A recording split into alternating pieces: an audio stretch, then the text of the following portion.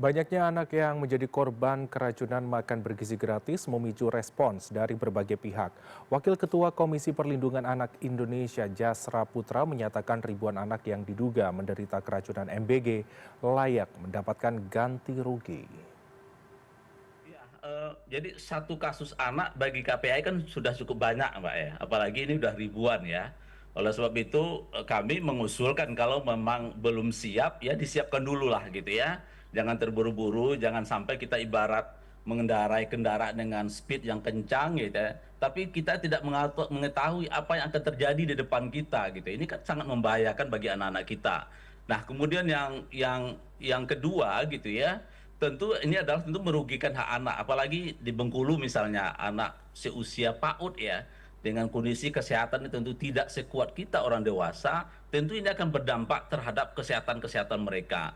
Kemudian pernah juga kita tanya apakah mengalami trauma nggak ketika terjadi peristiwa keracunan ya. Iya.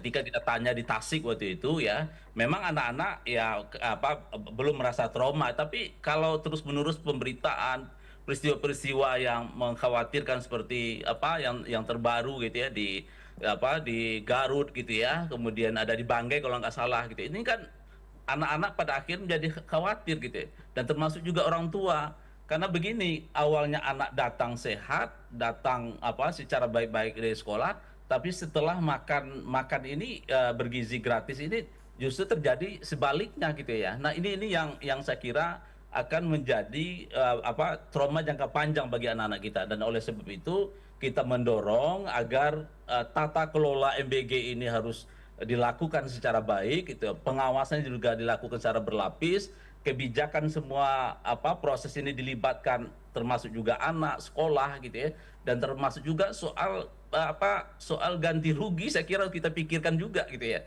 anak-anak korban ini kan ini tidak semua orang tua menginginkan seperti ini anaknya ya, Mhm. sebagaimana gambar disampaikan oleh teman-teman CNN ini gitu ya, di mana anak-anaknya masuk rumah sakit karena situasi yang di mana keamanan pangan itu tidak terjamin secara baik gitu.